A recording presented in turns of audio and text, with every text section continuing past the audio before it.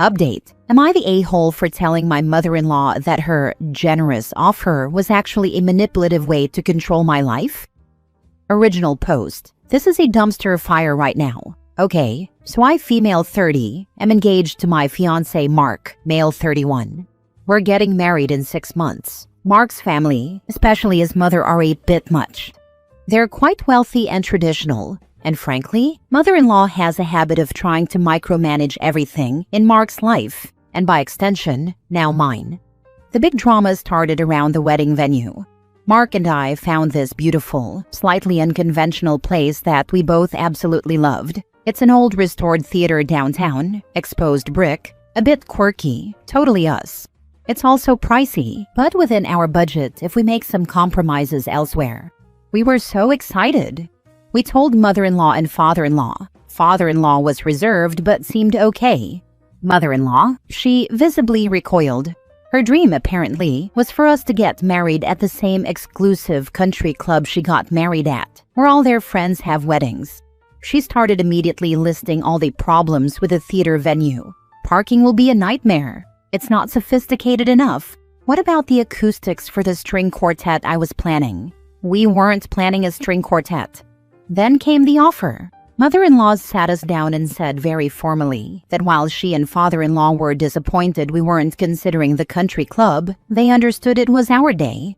But because the theater venue was so much more expensive than what they had budgeted for, which we never asked them to budget for, we had our own budget. They would graciously offer us a substantial sum of money, enough to cover about 40% of the theater venue cost. It sounded generous, right? Mark thought so. I was immediately wary. Mother-in-law's gifts always come with strings. I thanked them, but said we had our budget covered and would be fine. Mother-in-law got this tight, almost angry look. She said, "Nonsense, darling. A wedding should be a celebration, not a financial stressor. We want to do this for you." She kept pushing. Father-in-law added that it was a genuine wedding gift, no strings attached. Mark was beaming, thanking his parents profusely, saying how amazing they were. I felt cornered. Eventually, I caved and accepted, still feeling uneasy.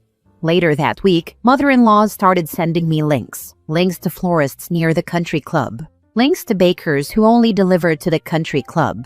She started asking about decor choices that would only make sense at the country club.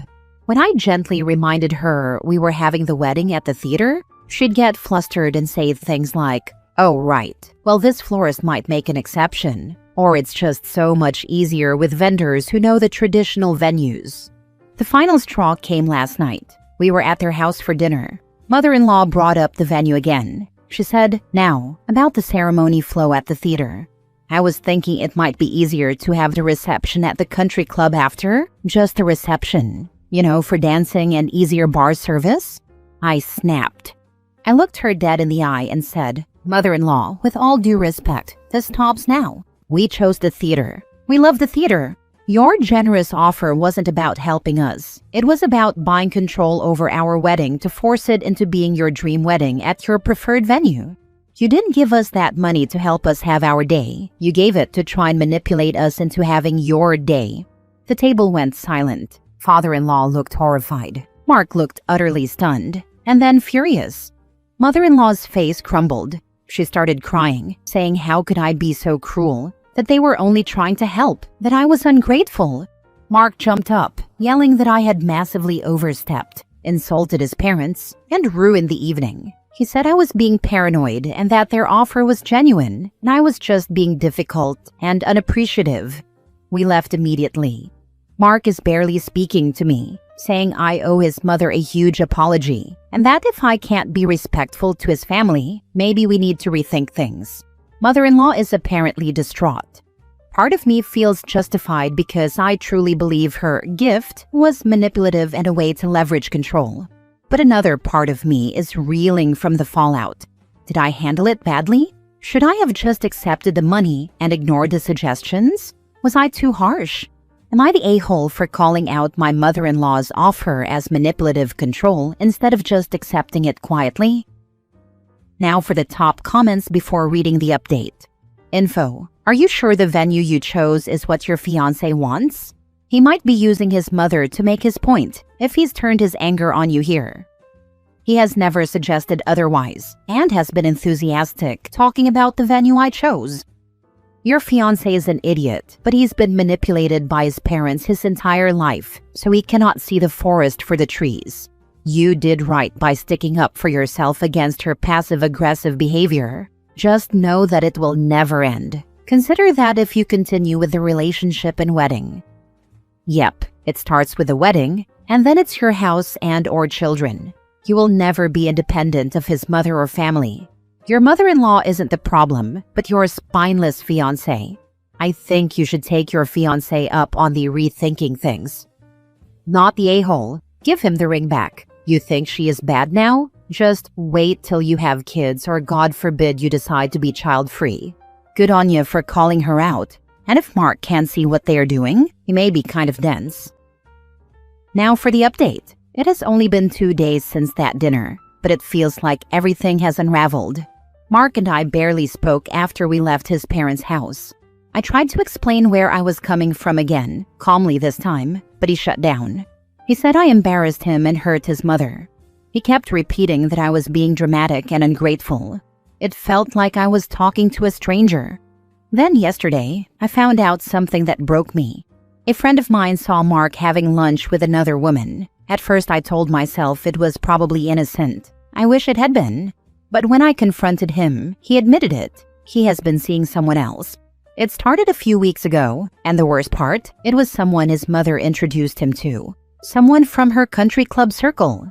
She kept telling him this girl came from a better family and was more compatible with the kind of life they had planned for him.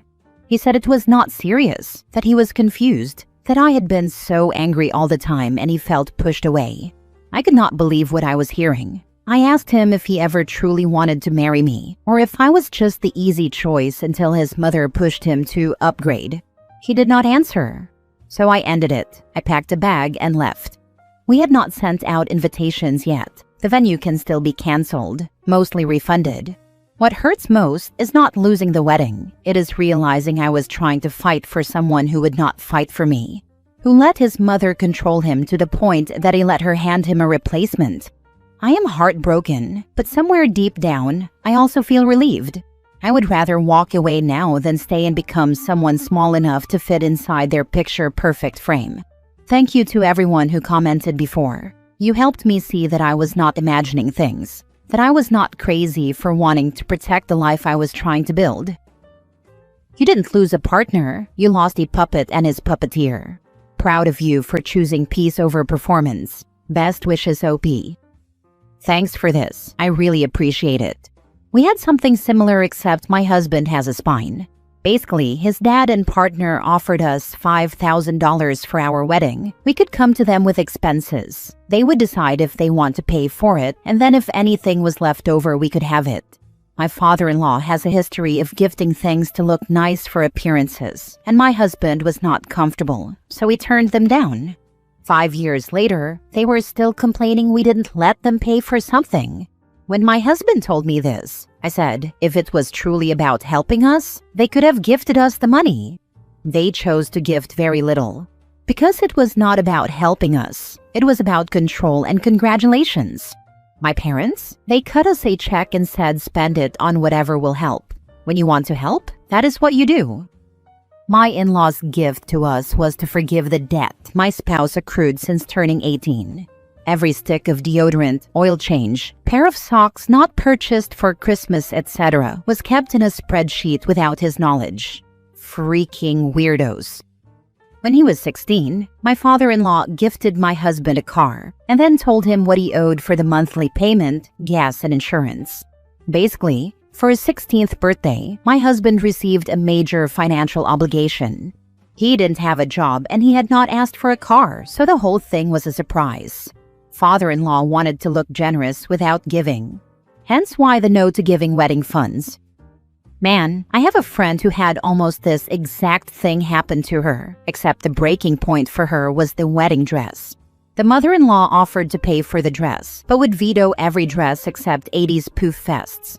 Eventually, she put her foot down, paid for a dress herself, and the mother-in-law set her son up with a nice girl from church. My friend sent the new girl a "good luck, you're going to need it," and left him. The new relationship didn't even get to the girlfriend stage, and he spent 4 years trying to get my friend back. It didn't work.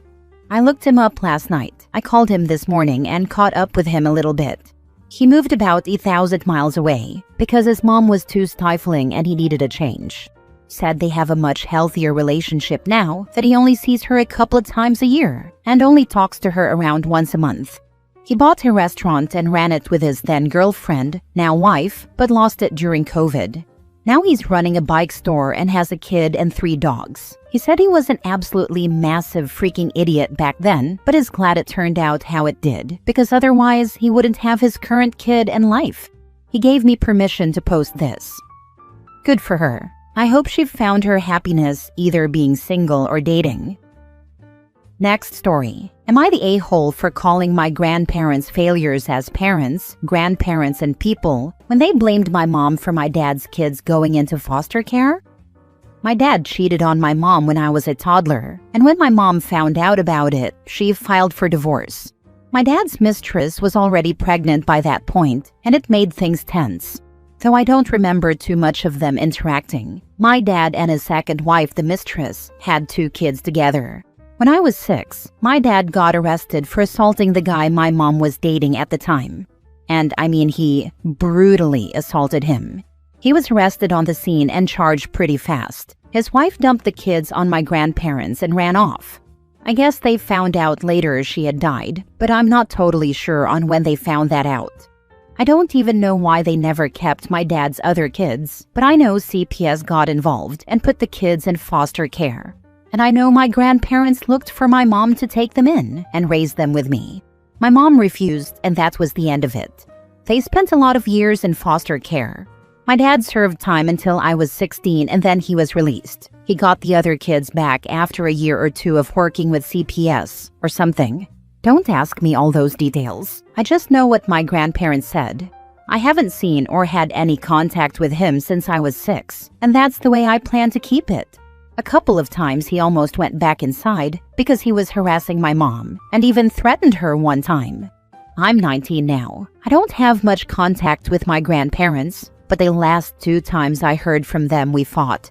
They were saying all this nasty crap about my mom and blaming her because dad's kids were abused by several foster families and were left with all kinds of trauma. They said mom was gross and disgusting for letting them go into care. And they said the fact I hadn't spent any time with the kids at all since my dad was arrested is further proof that she's a disgrace to motherhood and personhood. I think they expected me to hate my mom like they do, to agree with them. But I don't, and it angers me that they were blaming my mom. So the second time they started that nonsense, I told them it was not my mom's responsibility to take in those kids and raise them, and there were loads of other people to blame. They told me I should not defend my mom, and again said she was a failure as a mother. They said if she had loved me, she would have wanted me to be raised with my siblings. And the fact I don't even call them that is loudly showing her failures. They said if she loved me, she would have loved them for me and raised them and kept them safe. I told them if they wanted to assign blame, they should look at the people actually in those kids' family, starting with dad, their mom, and them. I said all 3 of them had a duty to the kids my mom didn't. I said they were the failures. They were failures as parents to raise dad to be who he is, failures as grandparents for letting their grandkids go into care, and failures as people for blaming others for what their son ultimately set in motion. They got offended and scolded me over the phone. I ended up hanging up on them, but from what I got, they said I lacked empathy and compassion. Am I the a-hole? Now for the top comments. Not the a-hole. You are correct. Why would they even think it's your mom's responsibility to raise the kids not related to her? Where were the grandparents? And why didn't they step up? The kids' family and the system failed these kids, not your mom. I'd go low or no contact if they keep up this BS. They believe my mom had the responsibility because of me. She was supposed to want to raise us together and to love and take care of them because they're half siblings to me. It doesn't matter that she was nothing to them. All that mattered was that mom owed them for that reason. My grandparents had them for a while. CPS took them into foster care, but I don't see why my grandparents couldn't figure out a way if they were so concerned. Not the a-hole. You nailed it perfectly. Seems they are the type of people who think they never do anything wrong and blame others for it. Same way they raised your father who could never do anything wrong. Of course, I am sorry for the kids, but they are not your mom's or your responsibility. All you do is share 50% DNA with them. Nothing more. Of course, my dad was their innocent little boy and he did nothing wrong. He didn't deserve what he got, and none of this is about his actions. How crazy for me to say otherwise. Last story. Am I the a-hole for kicking out my girlfriend's friend after she insulted her for breastfeeding? I, 30 male, live with my girlfriend Lily, not a real name, and our 3-month-old daughter. Lily is incredibly kind and always puts others first. One of her old friends, Jenna, came over last weekend after not seeing Lily for a while. I've never liked Jenna. She always makes everything about herself. While I was in the kitchen, Lily started breastfeeding our baby in the living room. Jenna suddenly said, "That's gross. No one wants to see that," implying it was inappropriate. Lily came into the kitchen upset and continued feeding there, visibly shaken. I was mad. No one makes the mother of my child feel ashamed for feeding our baby, especially not in our own home. I walked in, saw Jenna rummaging through our things, and told her to get out. She acted confused, so I told her I wasn't asking twice. She left. Later that night, Jenna called Lily and claimed I threatened her and said we were lucky she wasn't calling the cops. I took the phone, told her to never contact us again, and blocked her. I don't regret it. A baby needs to eat, and there's nothing wrong with a mom breastfeeding. So, am I the a-hole? Not the a-hole. In your guy's own home, and she was rummaging through your things? Exactly. Thank you. Our home should be a safe space, especially for my partner and our baby. She was out of line in so many ways, and I just did what I had to do to protect my family. She's lucky you didn't call the cops on her. WTF. Not the a-hole. Finally, someone who stands up for their breastfeeding partner. Jenna had no right to say anything in someone else's home. Info. What does Lily think about all this? Insane how this is being left out. At no point in the story does Lily have any say. Now, I'm not saying he was wrong to be angry, or even that I disagree with his actions, but if Lily didn't want this handled the way he did, then yeah, he's at least somewhat the a-hole.